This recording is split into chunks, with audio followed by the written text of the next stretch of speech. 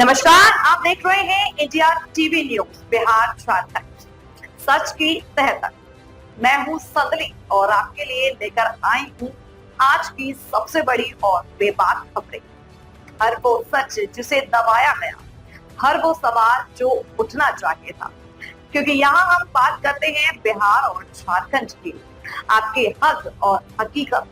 चलिए शुरुआत करते हैं आज की खास रिपोर्ट से। तीज के अवसर पर राजधानी पटना के जगदेव पथ स्थित जावेद हबीब सैलून में ग्राहकों के लिए 25 से 50% तक की विशेष छूट का ऐलान किया गया।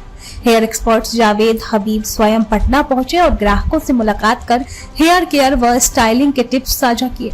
उन्होंने कहा कि त्योहार सिर्फ सजने का नहीं बल्कि आत्मविश्वास से भरने का अवसर भी होता है। इसी दौरान उन्होंने यहां जावेद हबीब एकेडमी और जीभी ट्रेनिंग सेंटर जल्द शुरू करने की घोषणा की। सैलून की फ्रेंचाइजर ओनर मनीषा ने बताया कि ये ऑफर खासतौर पर महिलाओं के लिए है ताकि वे पारंपरिक लुक के साथ आधुनिक अंदाज भी अपना सके। सैलून में सभी प्रतिष्ठित ब्रांड्स के प्रोडक्ट उपलब्ध है जो बाल, त्वचा और सौंदर्य को निखारते हैं। शानदार इंटीरियर, लग्जरी माहौल और अनुभवी स्टाफ के साथ ये सैलून ग्राहकों को बेहतरीन अनुभव प्रदान करता है। मौके पर मौजूद जावेद हबीब ने सभी को सेवाओं का लाभ उठाने का आग्रह किया।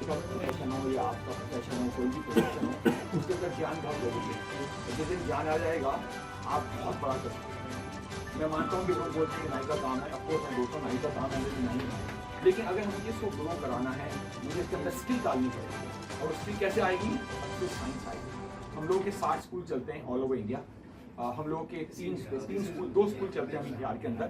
अभी हमारे 2 स्कूल नए खुलने वाले हैं। ये स्टार्टिंग है, सेकंड स्कूल यहाँ पर इसी लोकेशन पे, और एक हमारा स्कूल खुलने वाला है सासाराम।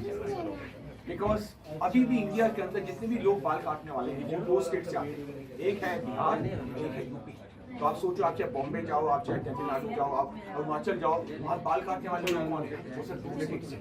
लेकिन मैं चाहता हूँ कि ये प्रोफेशन आगे ग्रो करे, बिकॉज जिसका हम लोग खाते हैं उसको लोग रिस्पेक्ट दें, क्योंकि ये प्रोफेशन रिस्पेक्टफुल नहीं अभी भी। लोग भी बोले नाई का काम करता, नाई का काम करता है। दुनिया का पहला प्रोफेशन नाई का काम तो था।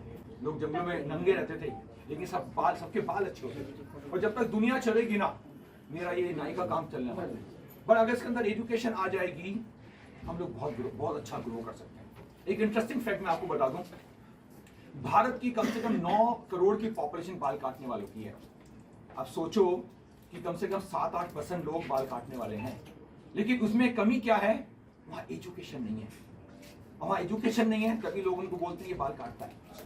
क्योंकि हम लोग बालों के डॉक्टर हैं, और बालों के डॉक्टर कब बनते हैं?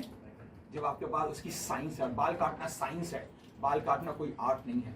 बाल काटना आर्ट होता है जब उसके अंदर एजुकेशन नहीं होती है, लेकिन जैसे उसके अंदर एजुकेशन आती है, आप बालों के साइंटिस्ट बन जाते हैं। जावेद हबीब अगर आज 1000 सैलून चलाता है लीगल, और कम से कम 60 स्कूल चलाता है लीगल, वो ग्रो कैसे कर रहा है? क्योंकि ये सिस्टमाइज बिजनेस है, और जो सिस्टमाइज बिजनेस होता है ना, उसका बेस एजुकेशन होता है। मतलब मैं एक तरह का मैं बोलता हूँ कि हम लोग बालों के मैकडोनल्ड हैं, और मैकडोनल्ड कैसे चल रहा है? सिस्टम के थ्रू। अगर मेरी ब्रांड के अंदर 30 लाख या 40 लाख हेयर कट होते हैं महीने के, साल के, तो सिस्टम के थ्रू हो रहा है ना। जरूरी जावेद हबीब बाल काटेगा, लेकिन इसकी सालों के अंदर जो भी काम कर रहा है वो जावेद हबीब पे साइंस लेके चल रहा है। तो इफ नॉट 100%, कम से कम 80% तो सेम काम कर रहा है। अब बात करेंगे इसके फीस स्ट्रक्चर की। इसका फीस स्ट्रक्चर बिहार का है, बॉम्बे वाला नहीं है। इसका फीस स्ट्रक्चर दिल्ली वाला नहीं है, पटना का है। और अगर सासाराम में भी जाएंगे, वहां का जो फीस स्ट्रक्चर होगा वो पटना वाला नहीं होगा। मतलब जैसा देश है ऐसा उसका प्राइस। वर्क कैसा है? वर्क बॉम्बे टू कंपेरिजन कीजिए, पटना टू बॉम्बे। तो जी बाल सब जगह करते हैं।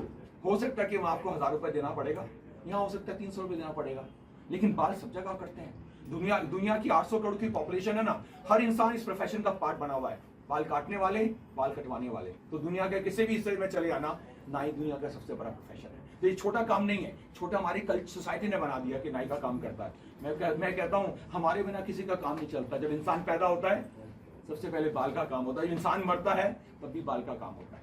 हमें इस चीज का प्राउड होना चाहिए। मेरे दादा भी बाल काटते थे ना, मेरे फादर भी बाल काटते हैं, मैं भी बाल काटता हूँ।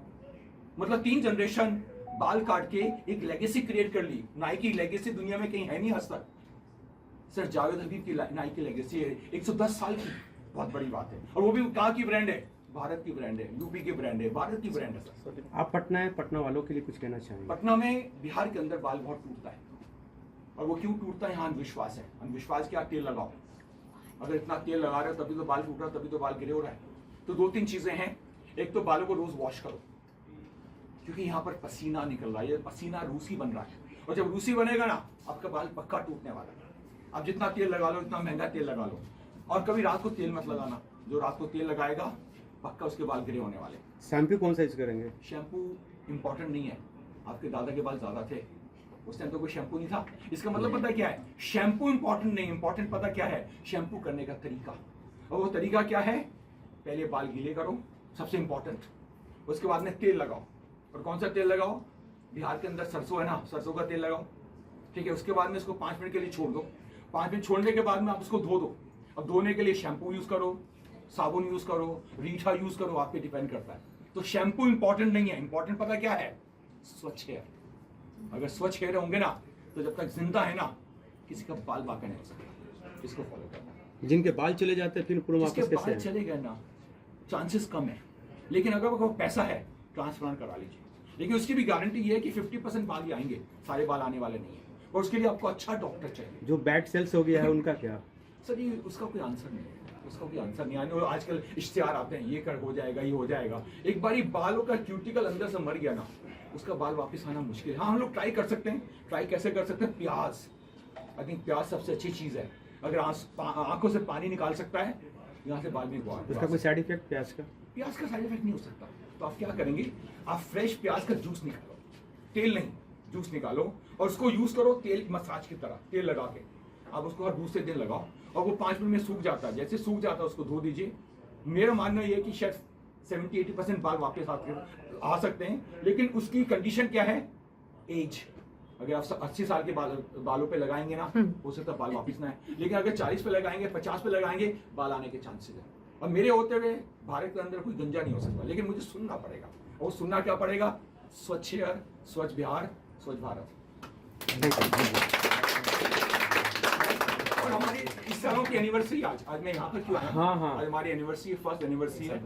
एक साल पहले भी आया था, और एनिवर्सरी के उस पर अनाउंस कर रहे हैं कि हम लोग एकेडमी खोलने जा रहे हैं, और यहीं खोलने जा रहे हैं। हो सकता है 1 महीने में वापस आऊंगा, और यहाँ हम लोग बालों के ज्ञान देने जा रहे हैं।